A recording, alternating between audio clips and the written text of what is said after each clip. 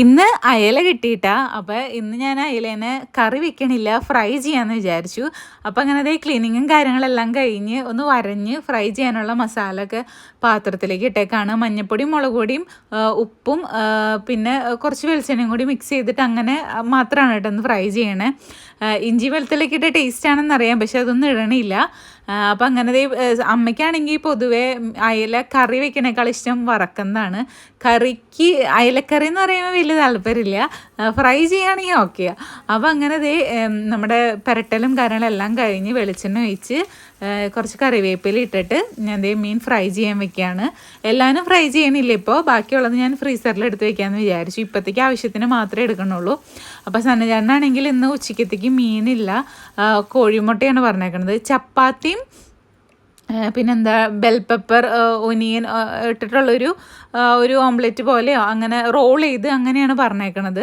എങ്ങനെ വേണേലും കഴിക്കാൻ. അപ്പോൾ അത് റോളാക്കാമെന്ന് വിചാരിച്ചു. അപ്പോൾ 2 ചപ്പാത്തിയാണ് പറഞ്ഞേക്കണേ. അപ്പോൾ ഞാൻ കുറേ മാവൊന്നും അങ്ങനെ കുഴച്ചൊന്നുമില്ല, ഒരു 3 ചപ്പാത്തിക്കുള്ളൊരു മാവ്, ആ ഒരു സ്റ്റൈലിൽ ഞാൻ കുറച്ച് മാവ് എടുത്തിട്ട് വേഗം ഒന്ന് പരത്തി ഉരുട്ടി ഞാൻ റെഡിയാക്കി എടുക്കുകയാണ്. അപ്പാപ്പത്തേക്കുള്ളത് അപ്പാപ്പ ഉണ്ടാക്കാമെന്ന് വിചാരിച്ച് അങ്ങനെ ഉണ്ടാക്കണേ. ഉണ്ടാക്കി വെച്ചാലും വൈകുന്നേരത്തേക്ക് ചിലപ്പോൾ ഉണ്ടാവില്ല. സണ്ണചേട്ടന് ചിലപ്പോൾ ഫുഡ് പറഞ്ഞിട്ടുണ്ടാവില്ല വൈകുന്നേരത്തേക്ക് ചപ്പാത്തി ഉണ്ടാവില്ല. അപ്പോൾ ഞാൻ അതുകൊണ്ട് കുറേ ആയിട്ടൊന്നും അങ്ങനെ ഉണ്ടാക്കണില്ല. അപ്പോൾ ഞങ്ങളെല്ലാവരും ചോറുണ്ണാം, ബാക്കി ഒരു ചപ്പാത്തിയിൽ ഗ്രേസിന് വേണ്ടാന്ന് പറഞ്ഞിട്ടുണ്ട് ചപ്പാത്തി. അപ്പോൾ അതുകൊണ്ട് ഒരു ചപ്പാത്തി സ്റ്റീവിന് കൊടുക്കാം, ആ ഒരു കാൽക്കുലേഷനിലാണ് ഞാൻ അങ്ങനെ 3 എണ്ണമായിട്ട് അങ്ങനെ ഉണ്ടാക്കിയത്. ചപ്പാത്തി പരത്തി ഇപ്പോൾ ഇച്ചിരി ഭൂപടവും ഒക്കെ ആയി വന്നു, പക്ഷെ എന്നാലും കുഴപ്പമില്ല. ഞാൻ ഇന്നിപ്പോൾ പരത്തിയപ്പോൾ സ്പീഡിലാണ് എല്ലാ കാര്യങ്ങളും ചെയ്തത്. അപ്പം അങ്ങനെ ഇച്ചിരി ഷേപ്പ്ലെസ് ആയിട്ട് വന്നതാ.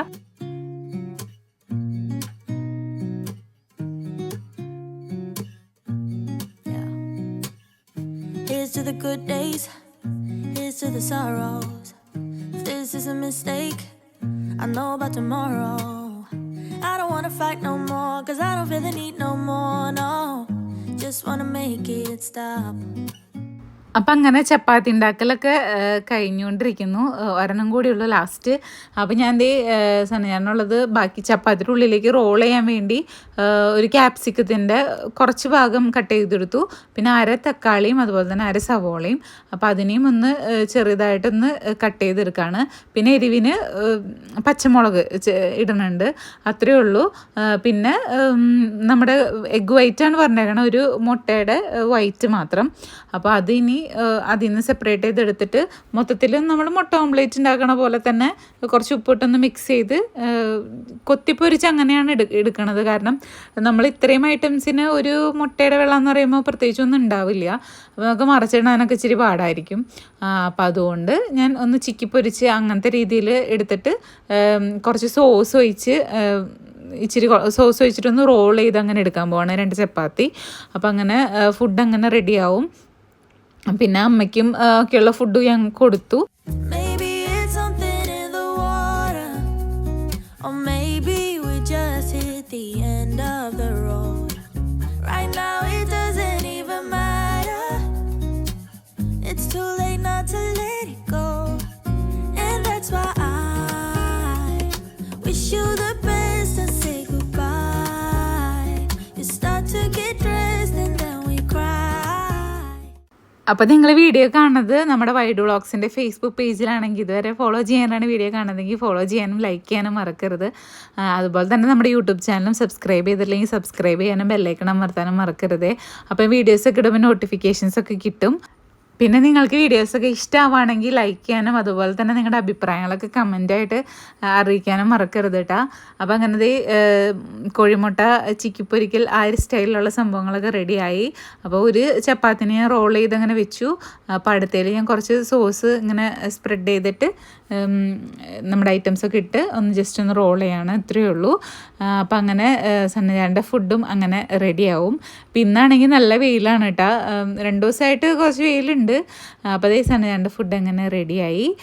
അപ്പോൾ ഞാൻ ഇനി ഫുഡൊക്കെ കഴിച്ച് കഴിഞ്ഞിട്ട് വേണം എൻ്റെ ബാക്കി കാര്യങ്ങളൊക്കെ ചെയ്യാൻ. അപ്പോൾ ഞാൻ തുണി വിരിച്ചിട്ടുകൊണ്ടിരിക്കുകയായിരുന്നു. അപ്പോൾ സ്റ്റീവ് അതിൻ്റെ ഇടയിൽ എന്നെ ഹെൽപ്പ് ചെയ്യാൻ വന്നതാണ്. ഇപ്പം ഞാനിനി പുറത്തേക്ക് കൊണ്ടിടുന്നില്ല, തുണികൾ വിരിച്ചിട്ട് ലേറ്റായി, നല്ല വെയിലുണ്ടായെന്ന് പറഞ്ഞിട്ട് കാര്യമില്ല, പുറത്തേക്ക് അങ്ങനെ കൊണ്ടിടാൻ പറ്റിയിട്ടുണ്ടായിരുന്നില്ല. അപ്പോൾ ഞാനിപ്പോൾ ഷീറ്റിൻ്റെ അടിയിൽ തന്നെ ഇടാണ്. അപ്പോൾ സ്റ്റീവാണ് എന്നെ ഹെൽപ്പ് ചെയ്തുകൊണ്ടിരിക്കുന്നത്. ഞാൻ മുകളിലേക്ക് എടുത്തിട്ട് കുറേ കാലം നിലത്ത് കുറച്ച് വാരി വലിച്ചിട്ടായിരുന്നു. പക്ഷെ എന്നാലും ഒരേന്ന് ഇന്നമ്മേ എന്ന് പറഞ്ഞിട്ട് തന്നുകൊണ്ടിരിക്കുകയാണ്. അപ്പോൾ ആൾക്ക് ഒന്നും ഉച്ചയ്ക്ക് ഉറങ്ങിയിട്ടില്ല, കുറച്ച് കഴിയുമ്പോഴേക്കും ഉറങ്ങുമായിരിക്കും. അപ്പോൾ ഇങ്ങനെ വേഗം എൻ്റെ പണികളൊക്കെ തീർത്തിട്ട് വേഗം അവൻ ഉറക്കണം, അല്ലെങ്കിൽ അവൻ രാത്രി ഉറങ്ങാൻ കുറച്ച് ലേറ്റ് ആവും. സന്ധ്യയ്ക്ക് ചില ദിവസങ്ങൾ ആളിങ്ങനെ ഉച്ചയ്ക്ക് ഇങ്ങനെ മാക്സിമം ഉറങ്ങാണ്ട് ഇങ്ങനെ കളിച്ചൊക്കെ നടന്നിട്ട് സന്ധ്യ ആകുമ്പോൾ ഒരു ചെറിയ ഉറക്കം ഉറങ്ങിയിട്ട് പെട്ടെന്ന് രാത്രി എഴുന്നേൽക്കും. അപ്പോൾ ഇന്നിപ്പോൾ വേഗം അവനെ കിടത്തി ഉറങ്ങണം, അല്ലെങ്കിൽ എൻ്റെ പരിപാടികളൊന്നും നീങ്ങില്ല.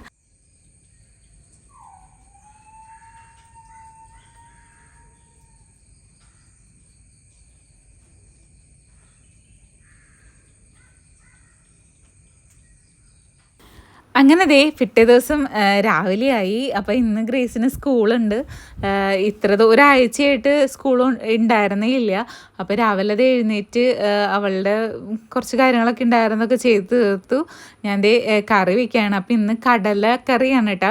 അപ്പോൾ ഞാൻ വെള്ളക്കടല ഇന്നലെ തന്നെ വെള്ളത്തിൽ കുതിർത്താനിട്ടായിരുന്നു. എന്നിട്ട് ഞാനത് കുക്കറിലിട്ട് വേവിച്ചു.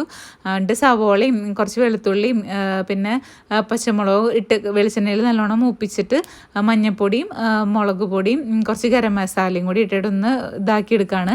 അവൾക്ക് ഇങ്ങനെ ഒറ്റയായിട്ട് ഇങ്ങനെ കിടക്കുന്നതാണ് ഇഷ്ടം. അപ്പോൾ ഇനി വേഗം ഗ്രേസിനെ പറഞ്ഞയക്കട്ടെ.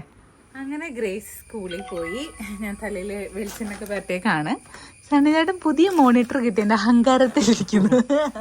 ഞാൻ അന്നൊരു മോണിറ്റർ അടിച്ചു പോയി എന്ന് പറഞ്ഞിട്ടുണ്ടായിരുന്നില്ലേ നമ്മുടെ വീട്ടിലെ.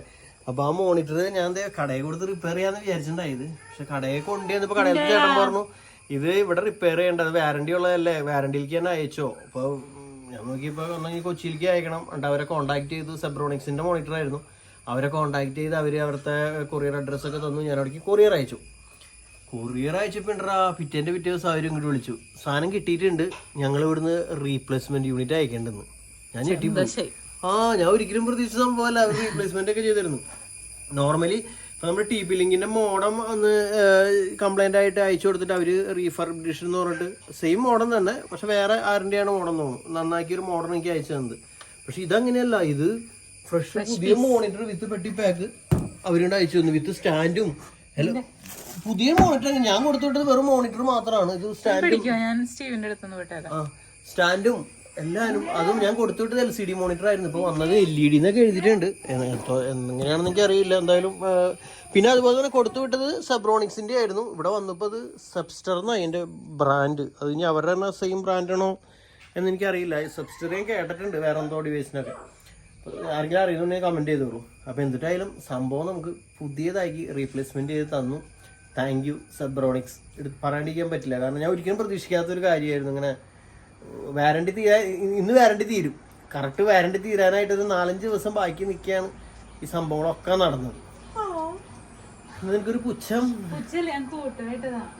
അപ്പൊ എന്തിട്ടായാലും നമുക്ക് മോണിറ്റർ കിട്ടിയാൽ ഭയങ്കര സന്തോഷമുണ്ട്. ഞാൻ വിചാരിക്കാത്തൊരു സംഭവം നടക്കുമ്പോ ഇല്ലേ, ശരിക്കും ഇല്ലേ, വിചാരിക്കാത്തൊരു സംഭവം നടക്കുമ്പോ നമുക്ക് സത്യമായിട്ടൊരു സന്തോഷം ഉണ്ടാവും. അതും പറഞ്ഞറിയിക്കാൻ വയ്യ.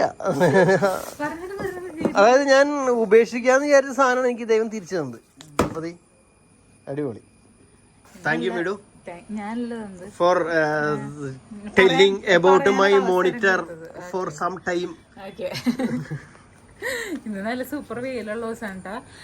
2-3 ദിവസമായിട്ട് നല്ല വെയിൽ. തുണികൾ ഉണക്കാൻ മാത്രമൊന്നും ഇല്ല, ഒരു ട്രിപ്പും മാത്രം കഴുകാനുള്ളൂ. പക്ഷെ കുറെ മടക്കാനുണ്ട്. ഇത്ര ദിവസം ഭയങ്കര മഴയിലായിരുന്നു. അപ്പൊ അതുകൊണ്ട് ഉണക്കാൻ പറ്റാണ്ട് ഇന്നലെ മിഞ്ഞാന്നൊക്കെ ആയിട്ട് ഫുള്ളായിട്ട് ഉണക്കി ഒരു വലിയൊരു ഭാണ്ഡം എടുത്തു വെച്ചിട്ടുണ്ട് മടക്കാൻ. ഇന്നിപ്പോ പുതിയ ന്യൂസ് വന്നിട്ടുണ്ട്, വീണ്ടും മഴ വരാൻ പോകുന്നുണ്ട്. കേൾക്കുമ്പോ വീണ്ടും ഒരു സൂക്കേട്. ശരിക്കും ചിലപ്പോ വരായിരിക്കില്ല കേട്ടോ, അത് ഇത് കൂടെ പോവായിരിക്കും. ഈ വരില്ല എന്നുള്ള പ്രതീക്ഷയിലാണ് നമ്മളൊക്കെ ഇരിക്കുന്നത്. അതന്നെ, വരാതിരിക്കട്ടെ. അപ്പോൾ ബാക്കി വിശേഷങ്ങൾക്ക് അടുത്ത വീഡിയോ കാണാം. വൈകുന്നേരം വീഡിയോ ഉണ്ടാവും കേട്ടോ. കുറേ ദിവസമായി വീഡിയോസ് നമുക്കൊന്നും പോസ്റ്റ് ചെയ്യാറില്ലായിരുന്നില്ല. അപ്പോൾ 2 വീഡിയോ ഇടാന്ന് പറഞ്ഞിട്ട് പിന്നെ അത് വാക്കൊന്നും പാലിക്കാൻ പറ്റില്ലായിരുന്നു. എന്തായാലും ഇന്ന് അടങ്ങി വീഡിയോ പോസ്റ്റ് ചെയ്യാൻ ശ്രമിക്കാം. Bye bye. Bye bye. Tata. Steve പ്രശ്നം ഉണ്ടാക്കി തുടങ്ങിയിട്ടുണ്ട്.